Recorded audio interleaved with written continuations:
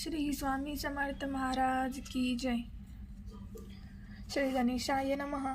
भक्तजन तरणार्थ यतिरूपे श्री दत्त भुवरी प्रगट होता अक्कलकोटी वास केला। जे जे झाले त्यांचे भक्त त्यात श्रेष्ठ स्वामी सुत एकता त्यांचे चरित्र महादोष जातील। प्रसिद्ध मुंबई शहरात हरिभाऊ नामे विख्यात आनंदी होते नांदत निर्वाह करीत नोकरीने। कोकण प्रति राजापूर तालुक्यात टिया गाव सुंदर हरिभाऊ तेथील राहणार जात मराठी तयांची ते खोत त्या गावाचे होते संपन्न पूर्वीचे त्याच गावी तयांचे माता बंधू राहती मुंबईत तयांचे मित्र ब्राह्मण उपनाव पंडित ते करिता व्यापार त्यात तोटा आला तयासी। एके समयी पंडितांनी स्वामी कीर्ती एकलिकाने तेव्हा भाव धरुणी मनी नवस केला स्वामी ते जरी 8 दिवसात मी होईन कर्जमुक्त तरी दर्शनात त्वरित अक्कलकोटी येईन। हरिभाऊ आणि त्यांचे मित्र अफूचा व्यापार करीत त्यात आपणा नुकसान सत्य येईल असे वाटले।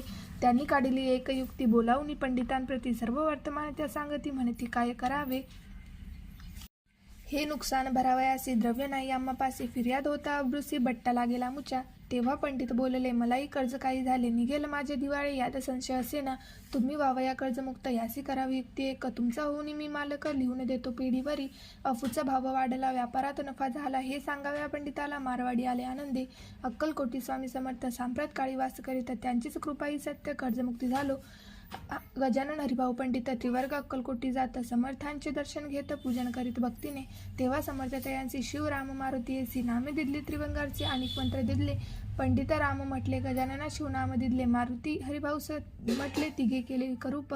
मग समर्थी त्यावेळी त्रिवर्गाजवळ बोलाविले तिघांची 3 श्लोक दिले मंत्र म्हणून एका श्लोक गुरुर् ब्रह्मा गुरुर् विष्णू गुरुर्देव महेश्वरा गुरुर् साक्षात परब्रह्म तस्मै श्री गुरुवे नमः ऐसा मंत्र हरिभाऊ ते दिदला असे समर्थते। तेव्हा त्यांच्या आनंदात ते पारापार नसेची। दुसरा मंत्र गजाननाला तया वेळी श्रीनी दिदला तेव्हा त्याच्या मनाला आनंद झाला बहुसाळ। श्लोक आकाशात पतित तो यथा गच्छति सागरम सर्व देव नमस्कार केशवम प्रगती गच्छति। संतुष्टले त्यांचे मन मग पंडिताजवळ घेऊन एक मंत्र उपदेशन केला पावन तयाते। श्लोक इदमेव शिव इदमेव शिवम इदमेव शिवम इदमेव शिव। 300 रुपये तयांनी आणले होते मुंबईहून तयांचे कार्य करावे म्हणून विचारले समर्था ते ऐसा प्रश्न ऐकून समर्थ बोलले त्या लागून त्यांच्या पादुका बनवून येथे आणाव्या सत्वर। काही दिवस गेल्यावरी त्रिवर्ग एके अवसरी उभे राहून जोडल्या करी आज्ञा मागती जावया। आज्ञा मिळता तयांसी आनंदी आले मुंबईसी। हरिभाऊच्या मानसी ध्यास लागला स्वामींचा त्या आत्मलिंग पादुका 14 दिवसापर्यंत देखा पायी वागावी भक्त सखा दिदल्या नाही कोणाते। हरिभाऊ एके दिनी समर्था सरित्ने येऊन दर्शन घेऊन श्रीचरणी मस्तक त्यांनी ठेविले। तो समर्थ त्याप्रती घेऊन या मांडीवरती वरद हस्त सत्वरगती मस्तक त्यांचे ठेविला म्हणती तू माझा सूत झालास आता निश्चित परिधान करी भगवे वस्त्र संसार देई सोडून।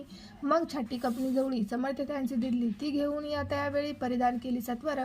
आत्मलिंग पादुका सत्वर देती हरिभाऊचे करी म्हणती जाऊनी सागर तिरी किल्ला बांधून राहावे। जाऊनी आता सत्वर लुटवी आपुला संसार लोभ मोह अनुमात्र चित्ती तुवान धरावा। आज्ञा ऐकून यायशी आनंद झाला मनासी सत्वर आले मुंबईचे साधू वेश घेऊन। असो हरिभाऊने काय केले ब्राह्मणासी बोलाविले संकल्प करून ठेविले तुळशीपत्र घरावरी। हरिभाऊ घर लुटविता तारा नामे त्याची कांता ती करी बहुता कांता घेत उरबडून।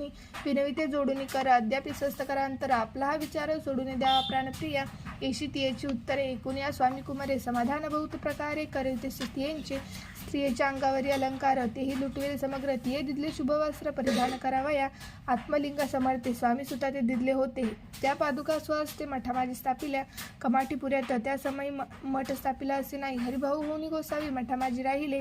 इति श्री स्वामी चरित्र सारामृत नाना प्रकथ समंत सदा भाविक भक्तपतिदूत षोडशोध्याय गूढा श्रस्तु शुभम भवतु। अध्याय 17 श्री गणेशाय नमः। मागील अध्याय कथा सुंदर प्रख्यात जी मुंबई शहरात तेथे येऊन स्वामी कुमार मठ स्थापित समर्थांचा स्वामी नामाचे भजन त्यांच्या चरित्राची कीर्तन त्याहुनी व्यवसाय अन्य स्वामी सुत नेनती। स्वामी सुताची जननी काकूबाई नामे करून तिने हे वृत्त ऐकून दुःख केले अनिवार्य। निज मातेचा शोक पाहून दुःखित झाले अंतकरण तियोलोगी त्यावरून धरले सत्व प्रेमाने। नाना प्रकारे स्वामी सुत मातेचे समाधान करीत मधुर शब्द समजावित परमार्थ गोष्ट सांगून यासी पिशाच्य बाधा झाली किंवा कोणी करणी केली त्याची सोय पाहिजे पाहिली पंचाक्षरी आणून। त्या समय प्रख्यात थोरे यशवंतराव भुसेकर जयांसी देव मामलेदार सर्व लोक बोलती ऐसा विचार करून पोटी दर्शना आली। उठाउठी सांगितले सुताच्या गोष्टी मुळापासून सर्वही ऐकून या देव मामलेदार हसून देती उत्तर त्यासी पिशाच्य लागले थोर माझीने दूर नोहेची ऐसे उत्तर ऐकून दुःखीत झाले अंतकरणी. मग ते स्वामी सुताची ज्यांनी अक्कलकोटी येत असे. असो इकडे स्वामी सुत मुंबई माझी वास्तव करीत. हिंदू पारसी स्वामी भक्त त्यांच्या उपदेशी झाले. मठ होता कामठापुऱ्यात, तेथे जागा नव्हती प्रशस्त. मग दिली कांदेवांडीत जागा एका भक्तिनीने. तारा नामी त्यांची कांता, तेही त्रास देत स्वामी सुता. परितयांच्या चित्ता दुःख खेदनसीची. प्रथम मुंबई शहरात शके 1792 फाल्गुन कृष्ण त्रयोदशीस स्वामी जयंती केलीस.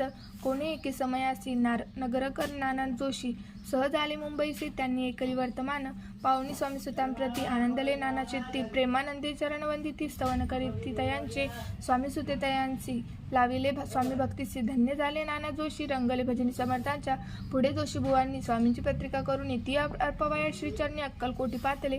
पत्रिका श्रीचरणी अर्पिली. स्वामी मूर्ती आनंदली. समर्थ त्यांची आज्ञा केली नगारा वाजवा म्हणून.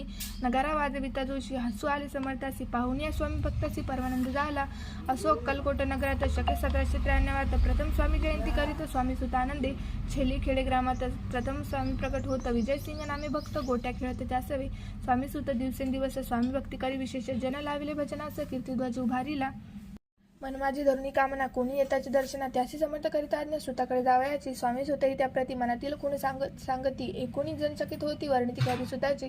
एकदा सहज स्वामी सुत अक्कलकोटी दर्शना येतात. तेव्हा समर्थ राजवाड्यात राहिले होते आनंदी. स्वामी दर्शन घेतल्याविना तोंडच उद्गान नाही. ऐसे दिवस झाले तिनं निराहार राहिला. मग वाड्यासमोर जाऊन आरंभिले प्रेमळ भजन. जे करूनचे भरले पूर्ण. ऐकले आतून राणीने सेवकासे म्हणे सत्वरे, तुम्ही जाऊन या अवसरी. त्या साधू ते मंदिर प्रार्थने आणावे. पाहुणी समर्थाची उल्हास सुताची मानसी. धावून या वेगेसी मिठी चरणी घातली. निसुता ते पाहुणी आनंदले समर्थ मनी. कर फिरविला मुखावरून अशी धरून उठविले. अक्कलकोटी त्या अवसरी बहुत होते सेवेकरी. परिसमर्थाची प्रीती खरी स्वामी सुतावरी होती. स्वामी सुत रात्रंदीन समर्थ पुढे करती भजन. पायी खडावा घालून प्रेमरंगे नाचती. एके दिवशी समर्थ बैसले असत आनंदात. स्वामी सुत भजन करीत पायी खडावा घालून एकांत समय साधूनी. समर्थ सांगती त्या कहाणी.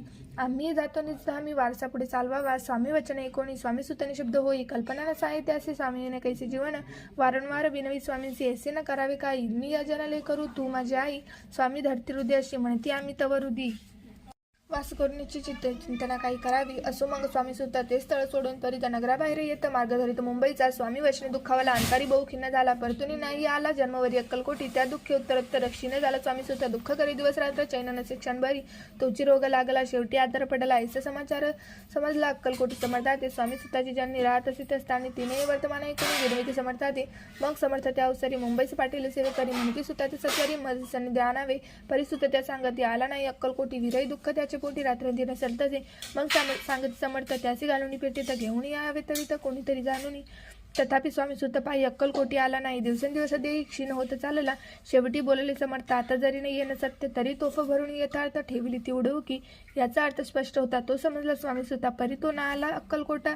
जीवित परवाना केली. आजार वाढला विशेष. श्रावण शुद्ध प्रतिपदेचा केला असे कैलासवास्त सर्व लोक हळहळती. अक्कलकोटी त्या दिनी समर्थ करीत विचित्र करणी. बैसले स्नान करून परिगंधन लाविती. भोजनात न उठती. धरणीवरी अंग टाकीती. कोणा संगे न बोलती.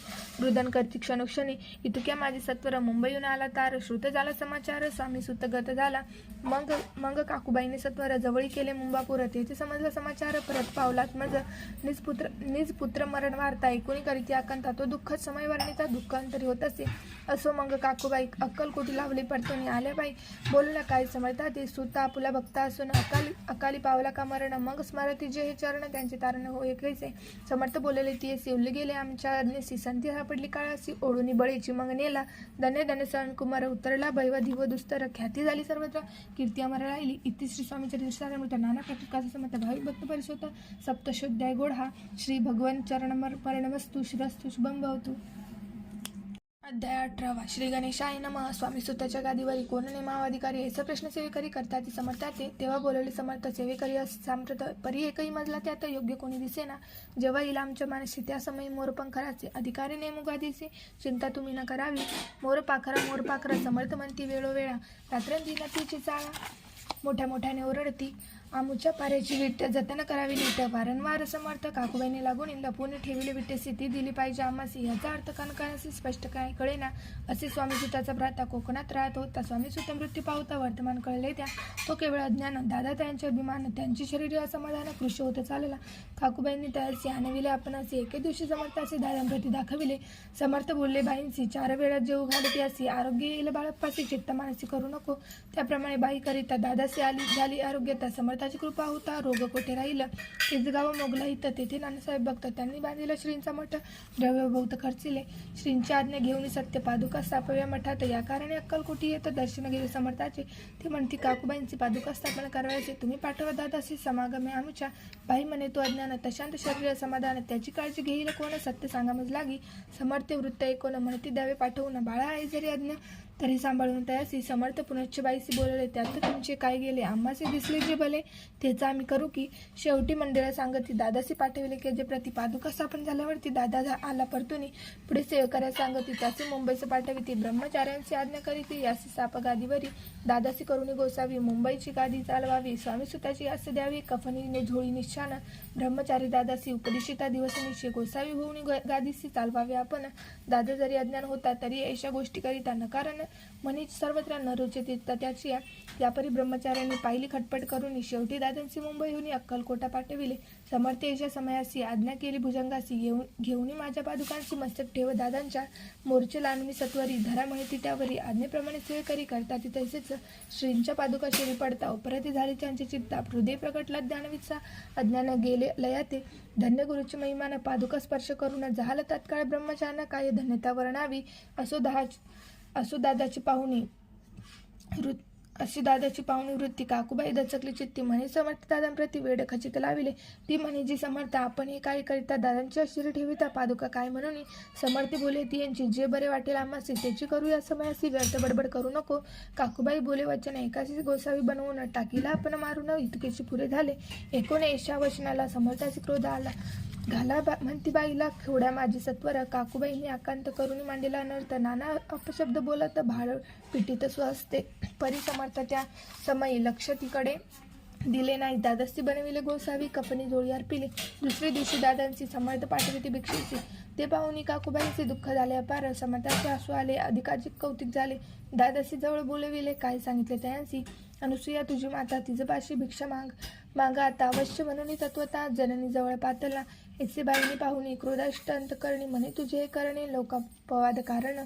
एकुणी मातेची उक्ती दादाचीच प्रति बोलती. ही सुखे तुच्छ गमती माते आजपासून.